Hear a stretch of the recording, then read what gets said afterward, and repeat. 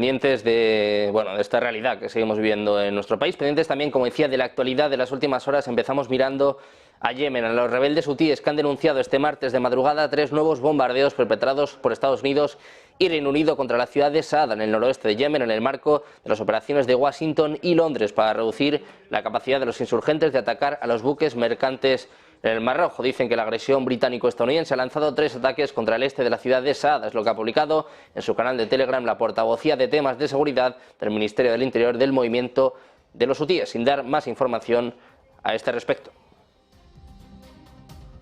Miramos también de nuevo a los rebeldes hutíes de Yemen, que han reivindicado este martes 2 ataques en el Mar Rojo contra barcos de Estados Unidos y Reino Unido, el segundo de los cuales fue confirmado por una firma de seguridad. El portavoz de este grupo, respaldado por Irán, Yahya Saree, ha afirmado que el primer ataque estuvo dirigido contra el barco estadounidense Star Nasia, mientras que el otro se dirigió al buque británico Morning Tide. La firma de seguridad Embry ha informado previamente de que un ataque con drones había provocado daños menores en un barco de propiedad británica frente a la costa de Yemen controlada por los hutíes. Nos fijamos también en el Reino Unido, que ha lanzado una alerta a los buques marítimos en el Mar Rojo después de un nuevo asalto en la ciudad portuaria yemení de Hodeida. Las operaciones de comercio marítimo del Reino Unido, en una nota de aviso, han anunciado el martes que fueron informadas de un incidente caracterizado como un asalto ocurrido al oeste de la ciudad portuaria yemení, en un momento en el que además no han proporcionado más detalles sobre la naturaleza de este presunto ataque. Sin embargo, el Centro de Coordinación emitió un mensaje de advertencia a los buques marítimos aconsejándoles que extremen la vigilancia y la precaución en las proximidades del Mar Rojo. La atención sigue en Oriente Medio, donde sigue la ofensiva diplomática de Estados Unidos. El secretario de Estado, Antony Blinken, se ha reunido este lunes con el gobernante de facto de Arabia Saudí en una visita que los palestinos esperan que genere una tregua en Gaza, un alto el fuego antes de que ejecuten la amenaza de ataque israelí contra Rafah, la ciudad fronteriza donde vive aproximadamente la mitad de la población del enclave en la que se está refugiando. El jefe de la diplomacia americana llegó a Riad al inicio de su primer viaje a Oriente Medio desde que Washington negoció una oferta con aportes israelíes para el primer alto el fuego extendido de la guerra.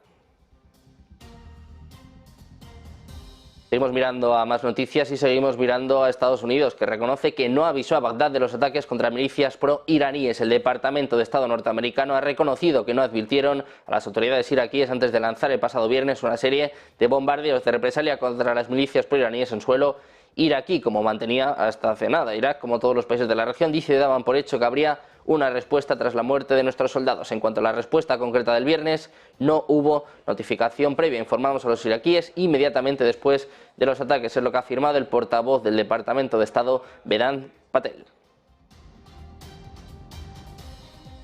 Miramos al ministro de Defensa británico, a Grant Shapps, que ha declarado ante el Parlamento este lunes que los ataques aéreos habían agotado la capacidad de los hutíes de Yemen para atacar el transporte marítimo del Mar Rojo, pero que la amenaza no se ha eliminado. Entre tanto, Israel ha continuado con su ofensiva y amenazó con un nuevo ataque terrestre contra Rafah, una pequeña ciudad en la frontera sur con Egipto, donde más de la mitad de los 2,3 millones de habitantes de Gaza viven ahora, en su mayoría, en tiendas de campaña improvisadas. Netanyahu, al visitar a las tropas el lunes, dijo que las fuerzas israelíes habían matado o herido a más de la mitad de las fuerzas combatientes de Hamas y que van a seguir hasta lograr una victoria total. Hablamos ahora de la presidenta de la Comisión Europea, Ursula von der Leyen. Ha anunciado este martes que pedirá que se retire la propuesta para reducir a la mitad el uso de pesticidas en la Unión Europea, porque cree que se ha convertido en un símbolo de polarización y considera que el próximo Ejecutivo Comunitario podrá realizar un nuevo plan más maduro con la participación de los agricultores y las conclusiones del diálogo estratégico con el sector que ha arrancado a finales de enero. Escuchamos a Ursula von der Leyen. La Comisión propuso SURE, con el objetivo encomiable de reducir los riesgos que implican los productos fitosanitarios químicos. Pero esta propuesta se ha convertido en el símbolo de la polarización. Es algo que ha rechazado el Parlamento Europeo. No hay avance tampoco en cuanto a SURE en el Consejo y, por lo tanto, tenemos que hacer algo. Por ello, voy a proponer al Colegio de Comisarios que se retire esta propuesta, pero el tema continúa en el candelero, por supuesto. Propondré que avancemos a través de un aumento de diálogo y con un enfoque distinto. Sobre esta base, creo que la Comisión podría proponer lanzar una propuesta mucho más madurada, con un contenido más concertado, conciliado con las partes interesadas. Además, ha recordado que la Comisión propuso esta regulación con el digno objetivo de reducir los riesgos de los productos fitosanitarios, pero que se ha convertido en un símbolo de la polarización después de que haya sido rechazado por el Parlamento Europeo y que en el Consejo tampoco hay avances, por lo que dice va a proponer su retirada al Colegio de Comisarios. Miramos ahora a España. Como les contábamos hace apenas unos minutos con esta entrevista con Miguel Cánovas, los tractores han salido hoy a las carreteras para protestar por la crisis del sector y por las políticas agrarias de la Unión Europea. Unas movilizaciones que se mantendrán a lo largo del día e incluso mañana en algunas zonas. Está previsto, de hecho, como decíamos, que mañana continúen con su tractorada. Las protestas de grupos de agricultores, muchas de ellas de productores independientes convocados por las redes sociales, están afectando desde primera hora de este martes a un número importante de carreteras, tanto principales como secundarias, en varias provincias de España. Varias de estas tractoradas, como decíamos, convocadas por redes sociales y sin autorización de las delegaciones de gobierno, no corresponden a las convocadas por las principales organizaciones agrarias, que anunciaron un calendario de protestas para los próximos días tras una reunión que mantuvieron con el ministro de Agricultura, Pesca y Alimentación, Luis Planas.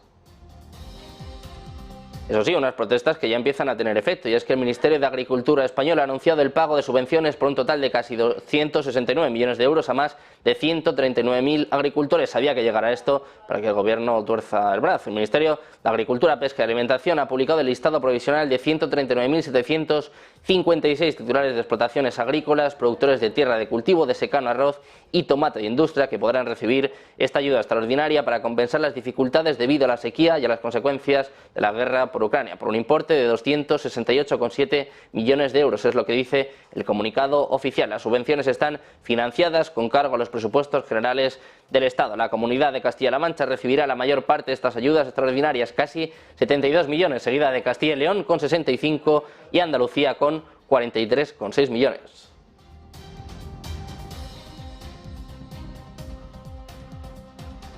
Pendientes de más noticias, de más actualidad, enseguida miramos a Hungría, el veto a Suecia para su entrada en la OTAN. Una breve pausa, les contamos esto, actualizamos el conflicto en Ucrania aquí en Ojos Televisión.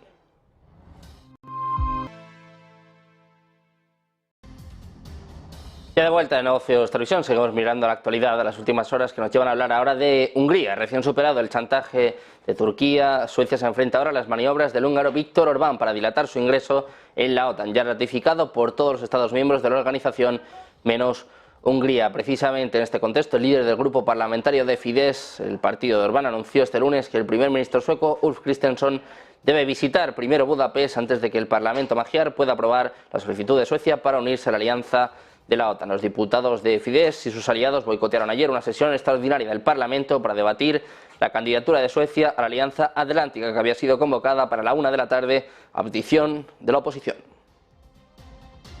Miramos ahora a Borrell, que ha llegado aquí para confirmar el apoyo militar a largo plazo de la Unión Europea a Ucrania. El alto representante para la política exterior de la Unión Europea ha llegado este martes a la capital ucraniana para confirmar el apoyo militar a largo plazo del bloque comunitario, en un contexto en el que Ucrania espera la aprobación de nuevos fondos por parte de su principal proveedor de ayuda, Estados Unidos. El asesor especial de Borrell, el diplomático Sheikh Laid, ha confirmado la llegada aquí a través de una fotografía compartida en su perfil de la red social de X. The quickest and cheapest and more effective way of increasing our supply of munition to Ukraine is to stop exporting to third countries. And this is something that only member states can do.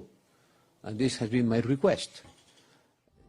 Miramos también a Estados Unidos, al expresidente Donald Trump. Cuando faltan 9 meses para las elecciones presidenciales, la influencia de Donald Trump ya se empieza a notar. El expresidente amenaza a través de sus aliados en el Congreso con enterrar esta semana cualquier futura ayuda estadounidense a Ucrania. El jarro de agua fría cayó minutos después de que el texto, resultado de varios meses de negociaciones en el Senado, se hiciera público. El proyecto de ley prevé 60.000 millones de dólares para Ucrania y 14.000 para Israel. También contiene una reforma del sistema migratorio estadounidense, un tema, desde luego, candente de la campaña electoral, a la que destinan, en concreto, 20.000 millones.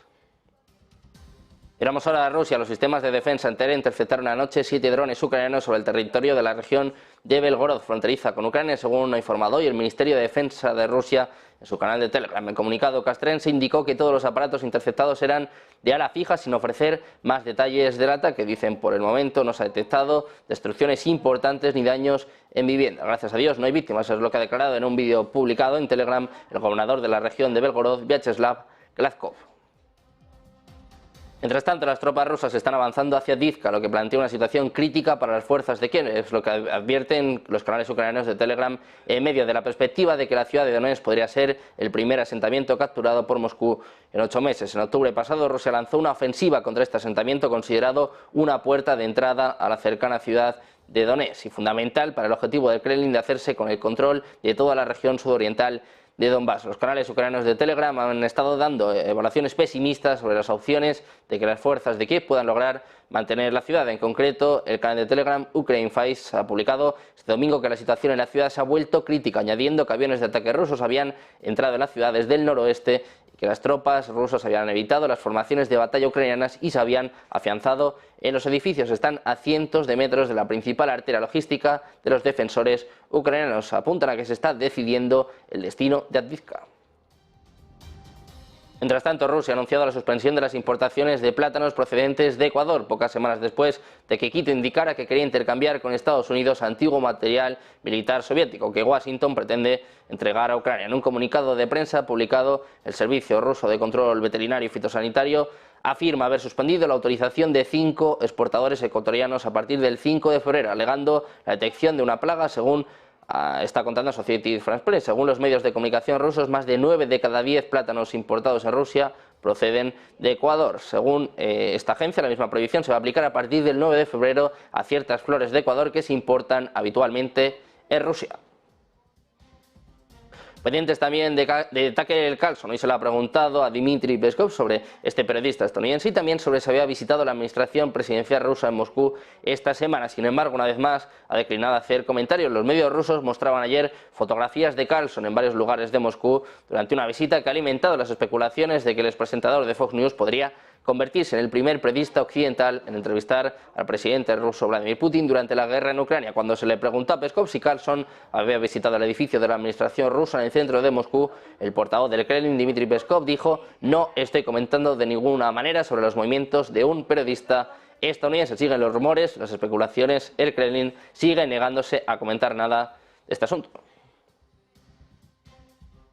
Hablamos ahora de Irán, China y Rusia, que van a realizar ejercicios navales conjuntos antes de finales de marzo. Es lo que ha anunciado el comandante de la Armada iraní, el contraalmirante Saram Irani. Dice además: también invitamos a otros países a participar en estos ejercicios navales de Irán, China y Rusia, que tendrán lugar antes de finales de marzo. Es lo que está citando la agencia de noticias Tasnim. Según este contraalmirante, el ejercicio destinado a garantizar la seguridad regional se va a realizar en beneficio de los intereses comunes de sus participantes. De esta forma, Rusia, China e Irán se disponen a realizar amplios ejercicios navales conjuntos en las próximas semanas, mientras que, curiosamente, la OTAN está llevando a cabo sus mayores ejercicios militares desde la Guerra Fría con Steadfast Defender. Miramos ahora a Argentina, a su presidente Javier Milei, que inicia una gira de una semana que también le va a llevar a Italia a ver al Papa Francisco. Mientras tanto, los diputados debaten su gran reforma del Estado. Este martes, mientras el Congreso argentino disecciona punto por punto la megaley con la que quiere impulsar su gobierno, el presidente Javier Milei estará de visita en el Muro de las Lamentaciones. Milei inicia este martes en Jerusalén su primera gira internacional, un viaje de una semana que va a repartir entre Israel e Italia, y en el que tiene programado reunirse con el primer ministro israelí Benjamin Netanyahu. Mientras en Argentina sigue cayendo el consumo de los alimentos y los precios se disparan, Milei se embarcó en un avión comercial y partió a una gira internacional que tendrá como primer destino Israel. Según la agenda oficial, lo primero que hará al llegar hoy, bajo estrictas medidas de seguridad, será visitar el Muro de las Lamentaciones, donde va a recibirle el rabino Samuel Rabinovich. Al día siguiente se va a reunir con empresarios de ese país y luego verá al primer ministro Benjamin Netanyahu para sellar y dejar sentada la alianza geopolítica con Israel, que expresó desde el primer día que asumió su mandato. También busca dar apoyo personalmente en la guerra contra Hamas. Con ese mismo propósito, el jueves tiene previsto un encuentro con los familiares de los secuestrados por esta organización de Hamas. Pendientes de más noticias, de más actualidad, viramos enseguida hacia la economía, hacemos una breve pausa, 2 minutos, y empieza el análisis. Enseguida comienza Ponte en Acción de la mano de Eva Villanueva.